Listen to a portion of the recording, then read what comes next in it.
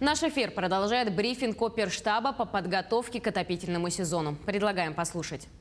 На сегодня, 2 сентября, из 36 районов отопительный сезон начался в 16 районах республики. В 20 районах запуск планируется произвести до 10 сентября. Из 1165 котельных подготовлено 1018. Подготовка идет в штатном режиме. В целом по республике процент подготовки составляет 90%. Плановый завоз топливно-энергетических ресурсов в навигацию 2021 года составляет 514 тысяч тонн. На сегодняшний день отгружено 80%. Доставку планируется завершить до октября 2021 года. По объектам сетевого комплекса, пострадавшим от лесных пожаров, завершены работы по ВЛ-35 киловатт линии 64 в Намском Улусе. Также завершены работы по восстановлению электрических сетей села Бескёль горного района. Энергетиками оперативно было восстановлено 1,4 километра электрических сетей. В настоящий момент в ремонте находится одна линия электропередач.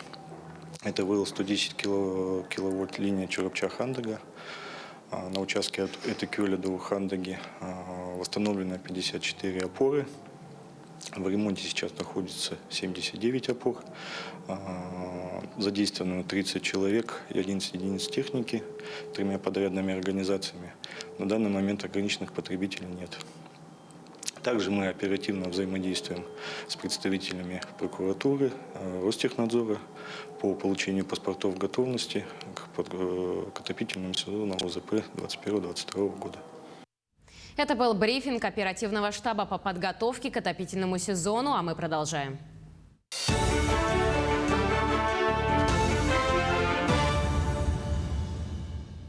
Продолжаем освещать самые заметные события. В студии Валерия Наумова. Здравствуйте. И вот основные темы.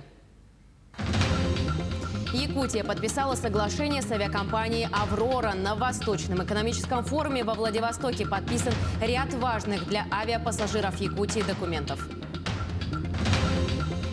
Режим ЧС отменили в некоторых районах республики. Когда же начнется охотничий сезон? Разберемся в этом вопросе.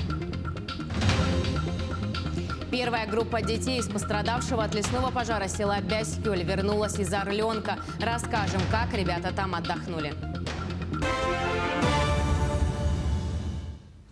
Сегодня открылся экономический форум во Владивостоке. Во второй половине дня работы ВЭФ руководство Якутии приняло участие в круглом столе на тему «Гуджарат. Потенциал многоуровневого сотрудничества» с представителями штата Гуджарат, Республики Индия. На мероприятии участники обсудили ряд вопросов, касающихся развития науки, добычи полезных ископаемых, развития промышленности и IT-индустрии. Открывая работу круглого стола, глава Якутии рассказал индийским коллегам об инвестиционном потенциале республики и о других возможностях нашего субъекта. В рамках данного мероприятия руководство СВФУ предложило делегации штата провести в Индии День русского языка, что, по словам ректора университета, также укрепит дружеские отношения двух стран. Прошла очень интересная, интенсивная встреча с индийской делегацией. Мы представили, как один из главных университетов Северо-Востока Российской Федерации, представили то, что у нас имеются англоязычные программы, да, по нескольким направлениям. Это магистерская программа, да, и сказали, чтобы индийские студенты приезжали к нам учиться. Но эти программы позволяют в гибридном варианте проводить занятия в онлайн формате. И так что я надеюсь, это заинтересует. Ну и еще одним моментом это является продвижение русского языка, культуры. В конце года мы проведем именно по продвижению вот этого языка большое мероприятие у нас в Якутске. Да. Ну и еще одним предложением стало то, что мы предлагаем провести День русского языка именно в Индии. Также в рамках форума Айсен Николаев принял участие в дискуссии на тему «Кадровое обновление на Дальнем Востоке в поисках эффективного госуправления». В работе мероприятия приняли участие руководители других регионов округа и эксперты ведущих институтов развития.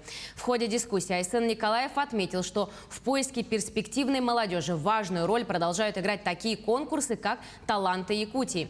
Дополнительно глава региона заявил, что на эффективность работы сотрудников государственных служб помимо компетенции сказываются ценностные ориентиры человека.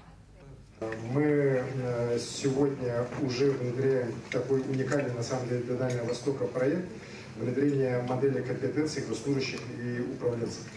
Я сам раз в квартал заслушиваю доклад директора нашей высшей школы инновационного менеджмента, который реально сейчас проводит работу по оценке компетенций наших госслужащих. У нас сегодня общий профиль оценки компетенций сотрудников сделан по 1402. Из них это 78% от численности госслужащих Якутии. Это фокус на ключевых ценностях, которые формируют новую культуру в органах власти. Я вот поставил задачу, и на самом деле мы сейчас видим, что, конечно же, надо нам привлекать и удерживать на госслужбе людей, которые имеют уже соответствующие не только компетенции, но и соответствующие ценностные ориентиры.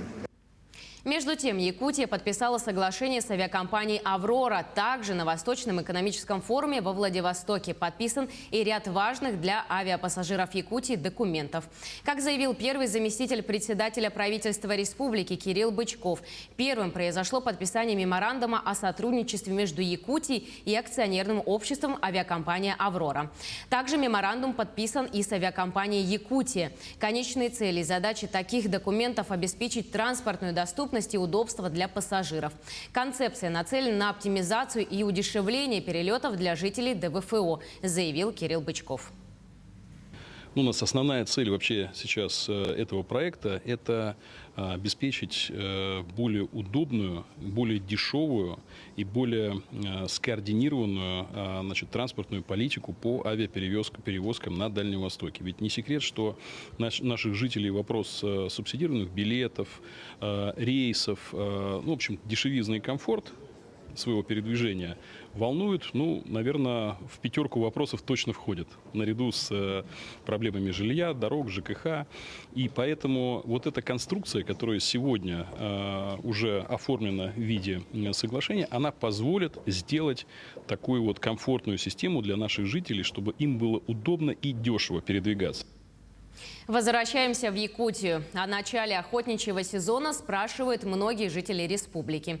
13 августа этого года глава региона Айсен Николаев издал указ об ограничении в сезон охоты в охотничьих угодьях республики. Связано это было с введенными ЧС регионального характера во время пожаров. Данным указом до отмены режима чрезвычайной ситуации в сезон 2021-2022 года охота была запрещена в общедоступных, закрепленных охотничьих угодьях и особо охраняемых природных территориях 25 муниципальных образований республики. Но, как говорят сами охотники, сейчас пожары не такие сильные и можно было бы снять некоторые ограничения. Режим ЧС уже отменили в некоторых районах.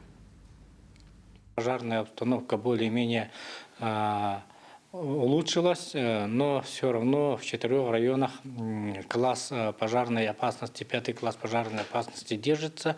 Это Усьмайский район, Алданский, Амгинский и Томконский районы. Вот мы сейчас работаем над тем, чтобы разрешить охоту в тех районах, где ЧС сняты. К другим темам. В современных условиях работодатели предлагают работу с особым подходом к подбору персонала, тщательно изучая квалификацию и уровень познаний. Однако привлечь одно, а вот вовлечь с головой в производственный процесс своих работников – это другое. Для этого работодателю приходится учиться. О внедрении на предприятиях Алданского района HR-технологий узнавал Руслан Павлов. Мозговой штурм за круглым столом, а не унылое производственное совещание.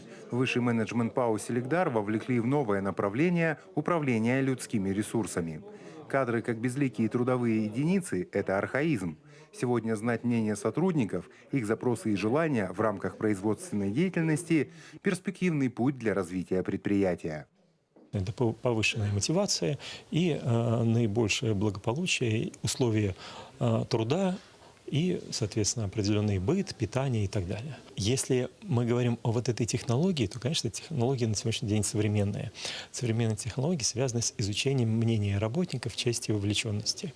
На первом этапе измерения вовлеченности персонала летом этого года HR-консультанты провели социологическое исследование компании. Работникам предлагалось рассказать, что их беспокоит, какова мотивация тех или иных процессов, слабые и сильные стороны компании. Выяснили, что им не хватает общения с высшим руководством, выяснили, что у них есть нарекания к условиям труда, к уровню своего дохода и к возможностям профессионального и карьерного развития. И сейчас вы будете выяснять совместно?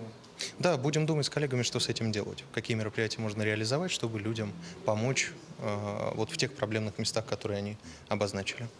Активная фаза мозгового штурма высшим менеджментом компании проходила эмоционально. Именно такой уровень вовлеченности в процесс усовершенствования внутрикорпоративных вопросов и подразумевает современное управление людскими ресурсами.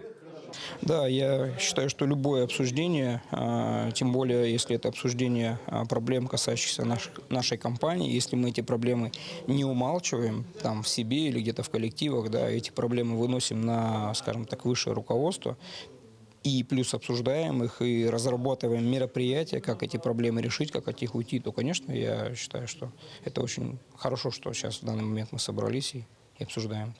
По списку вопросов получилось сверить позиции, а по некоторым даже нащупать пути решения. Но это уже следующий этап данной программы. Руслан Павлов, Георгий Баранов, Александр Лукин, Алдан. Новый асфальт появился в Ленске. Это участок от перекрестка Нюйская, Заозерная и до дома номер 49. Стоимость ремонта данного участка дороги 7 миллионов 600 тысяч рублей. В этом году финансирование поступило в поздние сроки, поэтому работы начались только в конце лета. Работы должны быть завершены 30 сентября, но планируется закончить укладку асфальта уже к 10 сентября. Слой асфальта укладывается с запасом 10 сантиметров, хотя согласно техническому заданию он должен быть 8 сантиметров. Мы в прошлом году, да, заасфальтировали улицы Ленских событий. Вроде неплохо получилось. И вот решили в этом году заасфальтировать еще одну улицу. Сегодня задействованы на объекте 4 единицы техники и 8 рабочих сил. После отдыха в Орленке вернулась первая группа детей из села Бяськёль. Ребята 21 день отдыхали и оздоравливались в одном из лучших детских центров страны. Это была первая группа из семей, пострадавших от пожара в селе Бяськёль Горного района, которая направилась еще 10 августа по распоряжению главы Якутии и правительства на летний отдых в Краснодарский край. Все дети впервые побывали в Орленке. Ребята приехали загорелые, отдохнувшие и веселые. Они рассказали, что за время смены обрели много новых друзей из других регионов, каждый день купались на море, посещали мастер-классы и занятия и научились более свободно разговаривать на русском языке. В этом лагере я пошла первый раз и увидела первый раз море, и мне так понравилось, и я очень рада, что пошла туда. Отдых был очень классным. Мы каждый раз ходили в море с ребятами. Я с многими ребятами познакомилась из других регионов и подружилась с многими. В этом лагере 9-я смена прошла для меня очень яркой и насыщенной, так как было много мероприятий. И вожатые были очень добрыми, они мне так понравились и стали близкими людьми для меня. Вот. К этому часу это все новости. Оставайтесь с нами.